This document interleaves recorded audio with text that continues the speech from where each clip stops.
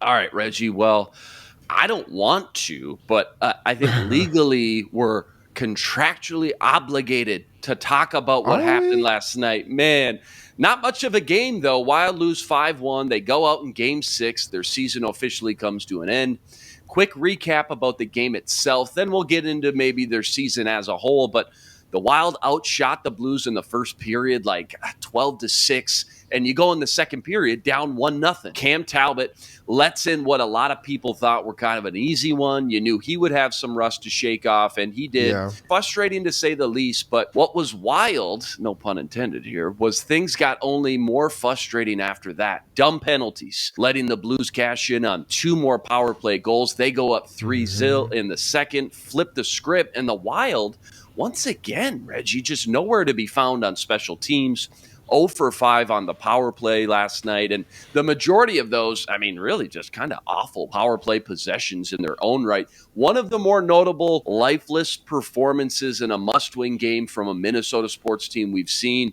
Reggie, just maybe your quick takeaways from last night first.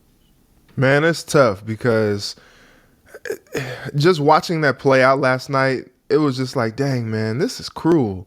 Like, you see how the Vikings season ended, and then you see how the Timberwolves season ended, and now you see how the Wild season ended. And it's just crazy because, like, with the Timberwolves and with the Wild, like, you thought, like, maybe they had some magic to do some things, you know? And the talent is there. But for some reason, both of those teams get bounced in 6 games. And you're just like, dang, man, like, what happened? Like, And what? they were both You know, up 2-1, too. It hurts a little more, too, knowing you were it up. does. And tough enough for the Wild. Just after that 2-1, they just couldn't do anything else. Like they just got beat the rest of the way, and that's a tough pill to swallow, especially with everything that they did to try to become Stanley Cup contenders.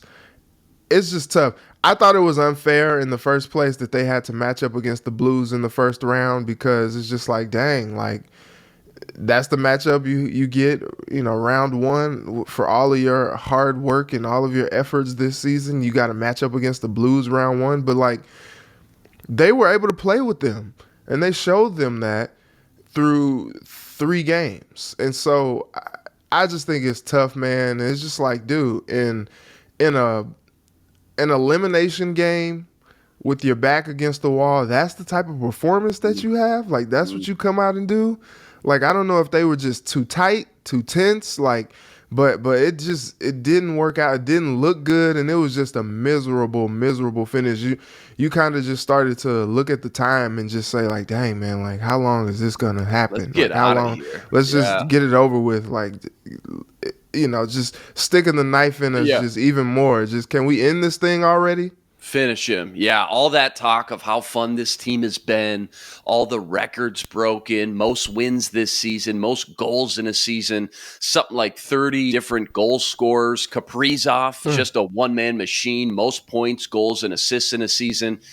And unfortunately, it just kind of all means nothing because much like 2017, as we talked about earlier this week, the last time the Wild set records and had a fun, magical ride during the regular season, they take a first round exit to who else? Their kryptonite, the St. Louis Blues. And I'm going to give some major props to the Blues because I'll just say that's a hell of a team, man. And unless you just Hmm. wanted to be a completely biased fan during that entire series, which you have every right to do, you Yeah. couldn't watch those last 3 games and say to yourself, you know what?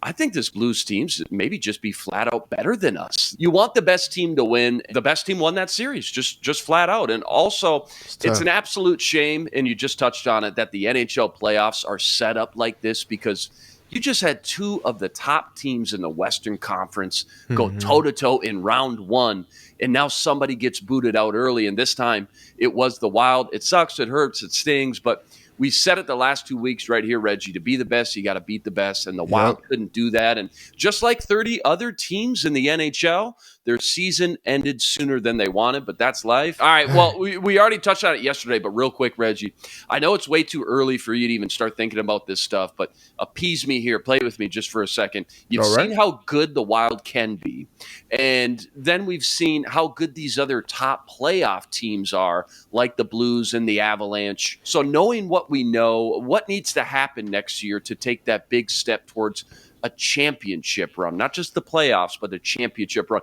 It's got to start with getting Kaprizov more consistent help around him, because I just don't think he can keep this one-man show up forever. Yeah, I think they have some decisions to make about Dumba, about Spurgeon. Um, I, I don't know if Flower will be back. Cam Talbot played well enough this season, at times dominant during the season, but they're going to have to figure out something at goaltender as well. You know, we didn't touch on it much, but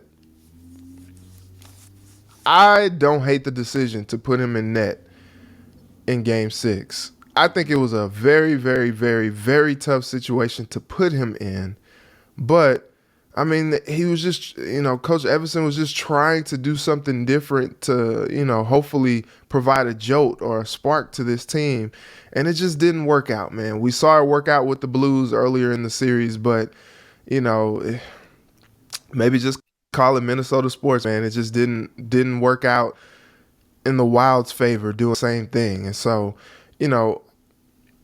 it's tough. It was tough to see him go out like that. And it's tough to see that they would have any type of season that was comparable to this season next year. You got $9 million in cap space, and you got some decisions to make about, like I said, Dumba and Spurgeon and Fiala. And it's just like, well, like, I know they want to be competitive year in and year out, and they're not going to be satisfied with another first round exit. So I'm sure the fire burns to get back again. But it's just like, I don't know if the team next year will have as much firepower as this one did, but then it's just like, well, how much firepower did they really even have? Because, they just turned flat once you got to Game 4 and beyond in this series in the playoffs. And so, they got some decisions to make. I would not want to be Billy Guerin right now. Kevin Fiala, he's going to want to be paid as a number one type of guy, but you don't know what you're going to get. Red hot going into the playoffs. Ice cold just disappeared. Like a lot of players, though, not just all on Fiala by any means. Going to be very interesting, like you said. I mean, is this kind of the year? The expectations now, the bar has been set to a certain precedent now for them to go in a little mini rebuild. Look what the Vikings did, right? Like, it's a little mini rebuild, but we're also going to be competitive at the same time. Tough to do that, actually, though, in sports year in and year out. So going to be interesting to see what kind of offseason the Wild have.